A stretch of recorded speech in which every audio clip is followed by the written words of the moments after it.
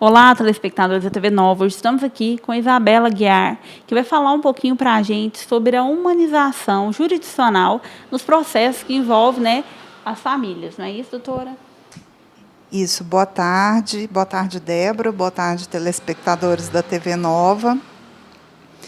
Hoje a gente vai falar um pouco sobre casamento, sobre fim de casamento, sobre as consequências disso, né, tanto para o casal quanto para os filhos, e o quanto é importante que o juiz, né, que o juiz ou o conciliador estejam sempre tendenciosos a fazer com que as partes cheguem num comum acordo, né? Porque há um desgaste muito grande quando não se chega a uma conciliação. Doutora, dentro, né, da atividade jurisdicional, como que poderia ocorrer essa humanização? A atividade jurisdicional ela é inerte, né, e as partes é que movimentam o processo. Então, nesse movimentar, elas juntam provas, né, documentos, arrolam testemunhas. Porém, o que acontece? Em muitas relações que a gente tem visto diariamente, às vezes uma das partes tende a não querer fazer uma divisão de bens correta, tende a querer pagar alimentos menores do que tem possibilidade. Então, quando se fala em humanização da atividade jurisdicional, eu entendo que o conciliador, ou o próprio juiz, que tem contato direto com as partes, ele tem que ter um feeling, digamos assim, muito grande, para poder não ficar preso só naquilo que está escrito no processo, mas no que as partes demonstram. Então, essa humanização, ela tende não só a ficar preso naquilo que está documentalmente provado, mas apurar a intenção da parte e apurar até o jeito que a parte se porta na audiência. De forma que, apurando isso, os conciliadores ou os juízes, eles tentem chegar num acordo em que as partes realmente abram mão de alguma coisa, tá? Mas que elas se sintam satisfeitas. Ambas as partes saiam satisfeitas. Doutora, a gente sabe que, às vezes, também a percepção, dentro do que você está falando também, das partes do que é correto, é muito subjetivo, né?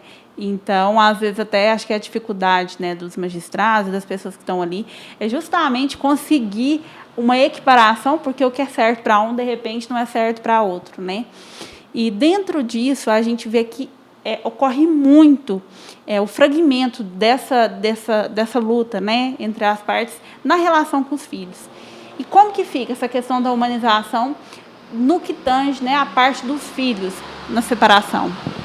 Bom, hoje em dia, o Tribunal de Justiça ele disponibiliza até cursos para que os pais possam fazer online, em razão até da pandemia, né, onde os pais aprendem a se portar, a não misturar os seus motivos pessoais, né, transferindo as suas emoções para os seus filhos.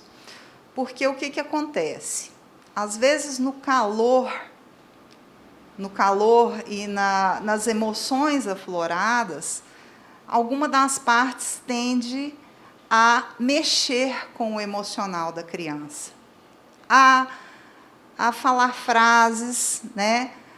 E as crianças, elas são muito inteligentes. Elas podem e fazem a interpretação delas e acabam ficando acuadas. Então, o Tribunal de Justiça, o psicólogo também, que pode ser nomeado por um juiz, ele pode trabalhar isso com as partes, de forma que as crianças sejam preservadas, porque o casamento acaba, mas os filhos são para sempre.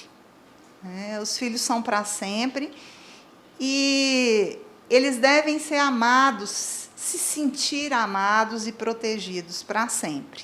E dentro disso é que vem a figura também do advogado, né? A importância dos profissionais hoje em estarem se adaptando para quando chegar um cliente com a demanda dessa, passar só da parte, né, burocrática para a parte humanizada. Não é isso, doutora? Isso. Eu acho que o advogado, ele é essencial na administração da justiça. Tenho certeza disso. E a função do advogado, ela deve ser de ajuda ao juiz, ao Ministério Público e à parte que é assistida por ele, de forma que ela apresente soluções equânimes também, para que as partes não se desgastem tanto. Então, a função do advogado também deve ser humanizada, porque ele não deve tender a incitar a parte a tomar medidas muito drásticas, e sim conversar, porque, principalmente quando se tem filhos, as partes têm que chegar a um acordo, para o bem de todos, deles e dos próprios filhos. Então é isso, telespectadores, estamos aqui finalizando a entrevista com a doutora Isabela. E acho que fica um recado, né, para essas pessoas que estão nos assistindo, é que hoje em dia o ordenamento jurídico ele permite o planejamento familiar e que as pessoas têm que ter consciência, né, desde quando vai construir uma relação com o outro, da responsabilidade afetiva, da importância da humanização das relações, tanto quanto para construir esses laços, quanto para finalizá-los. Pensar não só em si, mas nos dois e também, caso tenha família, nos filhos.